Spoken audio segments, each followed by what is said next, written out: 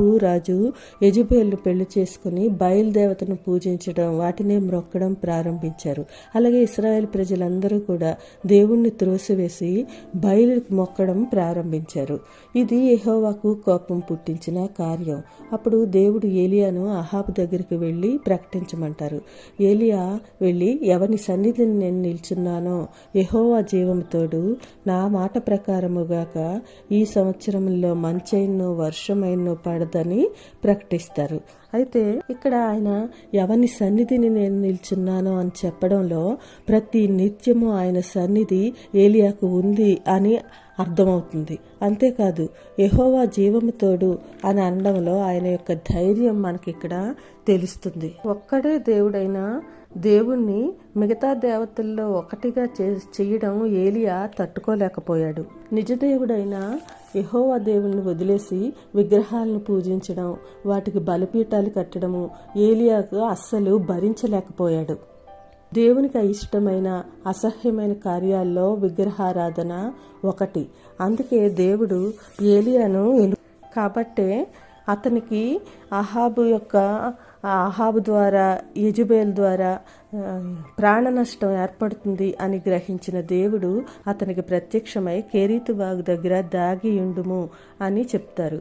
ఈ విషయం మనకి 18వ అధ్యాయం 9వ వచనంలో ఓబద్యా అహాబు యొక్క గృహ నిర్వాహకుడు, కానీ చిన్నతనం నుండి దేవుని యందు భయభక్తులు నిలిపినవాడు.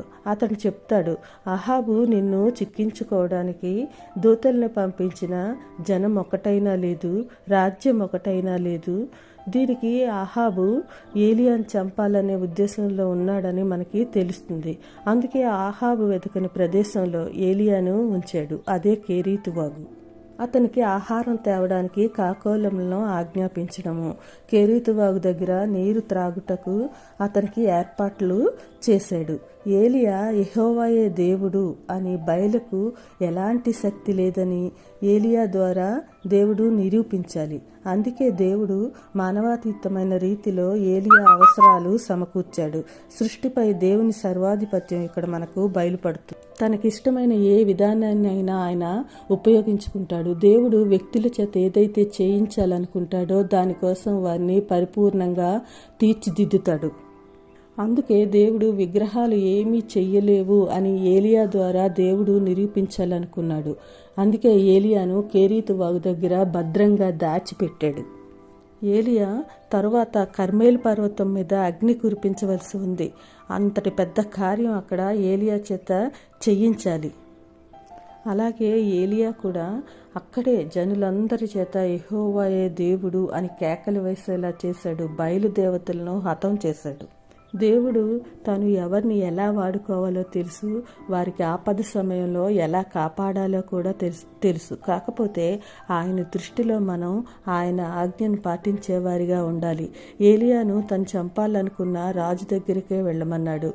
ఏలియా భయపడకుండా ధైర్యంగా రాజు ఎదుటికి వెళ్ళడానికి సిద్ధపడ్డాడు.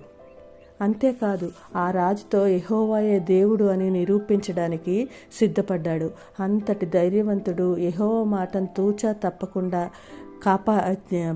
చేసేవాడు. కాబట్టే దేవుడు అతన్ని ఎన్నుకొని ఆ కరువు కాలంలో పోషించి నిలబెట్టుకున్నాడు. కనుక మనలో కూడా ఆయన అదే చూస్తారు. ఆయనే దేవుడు, ఆయన తప్ప వేరొక దేవుడు లేడు అని మనము ప్రకటించగలుగుతున్నామా? సృష్టికర్తను వదిలి సృష్టిని పూజించుకుంటున్న వారితో మనం మన ప్రవర్తన ద్వారా యెహోవాయే నిజ దేవుడని నిరూపించగలుగుతున్నామా? ఏలియా దేవునితో, సైన్యములకు అధిపతి దేవుడగు యెహోవా కొరకు మహారోషము గలవాడినై నేను ఒక్కడిని మాత్రమే మిగిలి ఉన్నాను అని చెప్పినట్టుగా ఏలియా ప్రవక్తలాగా మనం కూడా ఆయన కోసము రోషము గల క్రైస్తవుడుగా నిలబడదామా? అలాగే బ్రతుకుటైతే క్రీస్తే, చావైతే లాభము అని చెప్పే పౌలులాగా మనం నిలబడదామా? పౌరుషము ధైర్యము గల ఏలియా ప్రవక్తలాగా మనం కూడా దేవుని ఎదుట ఆయన నామాన్ని ధైర్యంగా ప్రకటించేవారిగా ఉందామా? అలాంటి కృప దేవుడు మనకు దయచేయునుగాక. ఆమేన్.